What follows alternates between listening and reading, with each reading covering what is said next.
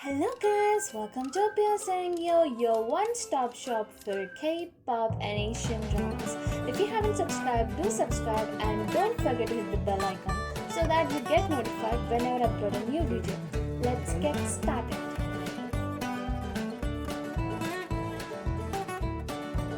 Revolutionary Sisters episode 43 part 1. I'll leave the link to part 2 in the description box below, so don't forget to check that out too. Let's get started. Pungjin comes back home from Jeju and gives Dulre some Jeju's tangerines. He tells her that she's jealous of his younger sister-in-law Gwangtae as she turned her hubby into a puppy. And he starts to make puppy sounds and tells her now she has one too, which makes her giggle a lot. On his way back home, Pungjin sees Asil selling some musical instruments and tells him not to give up on his dream and stops him from selling. Gwangchik and Bongja clean Cholsu's house for Dolce to move in. At the hospital, Dolce refuses to move in as he don't want Bongja to see him in his miserable condition. Cholsu says the same to Bongja, which makes her sad. Guangxik is promoting her meal kits in an office and a person tells her he has an offer for her to cook food for 50 night employees at a factory basement, and she gets super happy and she immediately agrees to it. At home, Dolce tells Asil to abandon him and he tells him he can't as he promises mom to take care of his father. Asil tells Guangxik his dad got discharged and she tells Pungjin paid rest of the bills. He gets ready for his night work and he apologizes her for his last night's behavior. She apologizes to him for running after the money like she was casted by some spell or something and tells him that their love is enough and he is a shining star even without the money. He leaves without saying anything. Asil starts his moving business. At the restaurant, Guangxik remembers Asil's words. He told her how his dad gave him hope when he lost all the hope. She gets an idea and texts her customers that she will announce something big later.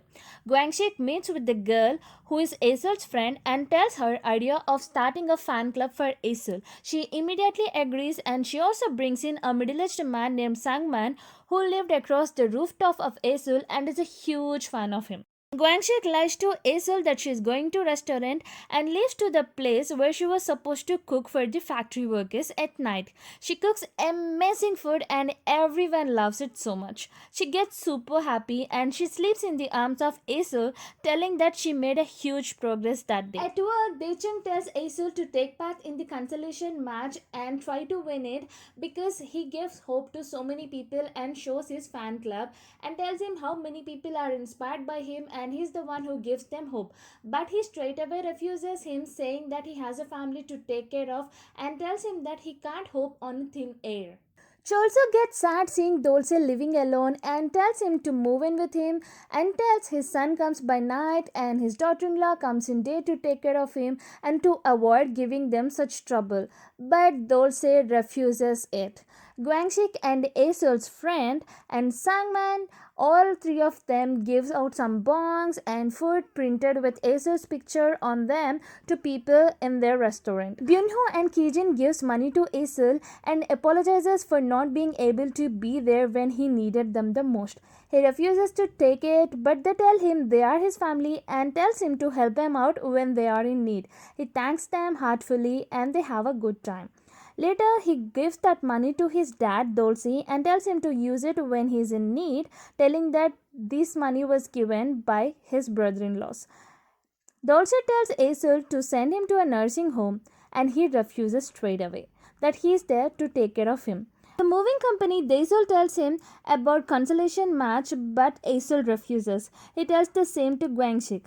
And at night, she tells Asul to try once and she will take care of everything, including the finances and other stuff. But he tells her his plans to move into a new house, take care of his dad, and so many other things, and tells how it is so stressful to be a singer because how a singer is nothing until he or she gets oaths from the people.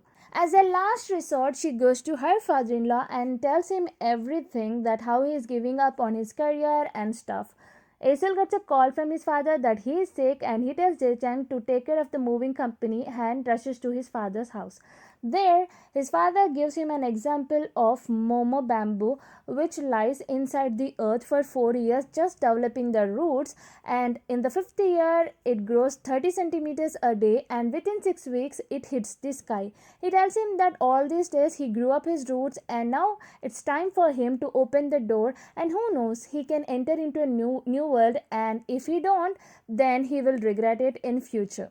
Guangxik and Wei Cheng wait for Asul at the TV station, and Asul rushes over there in a wounded state. It's late and judges are about to leave, but the anchor convinces them to give him a chance because he made it so far.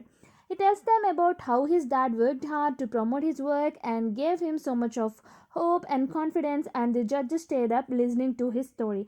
Later, he starts singing. Next, you see Dolce gets a demolition notice which makes him sad. Asul's father then goes to a nursing home named Happy Nursing Home.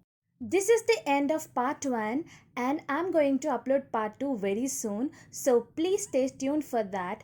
And what do you think about this video? Do let me know in the comment section below. So that's it with today's video. Hope you enjoyed the video. For more content, do subscribe and don't forget to hit the bell icon so that you get notified whenever I upload a new video. So until then, tata, bye bye, take care.